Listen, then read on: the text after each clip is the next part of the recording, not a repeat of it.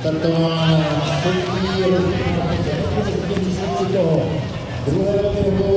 Vyhrál Čapek 21-24-23, Rodina Kremský 51-54-32, Kurík 51-54-58.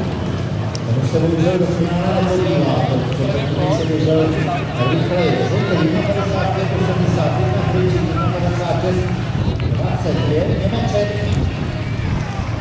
domácího Ruškova 1,56,38 a Simola 1,57,36. Nasledujeme souboj opět o prvá dvě postupová místa a další borci mají šanci promluvit do toho pořadní časy.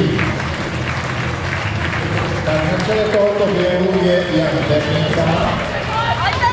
Za ním je Matej Hlavu.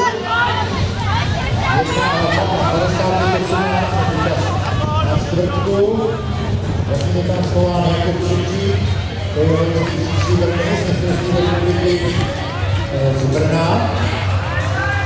Zajímavostí je, že Matej Hlavu teď rozhodil a zbytky závodu způsobem jako pacemaker a jsem vlastně nevěděl, že by doběhl.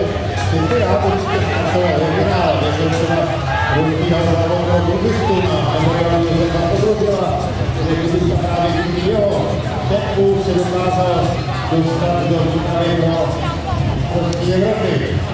No a když tam máme samotný závěr, vidíme, že Jan Berníka pojde o to prvé místo, které zajistě postupují, přibližují další bojový. Je to Petr Wittmann, vedle něj to byl Jakub Ševčík, Jan Berníka,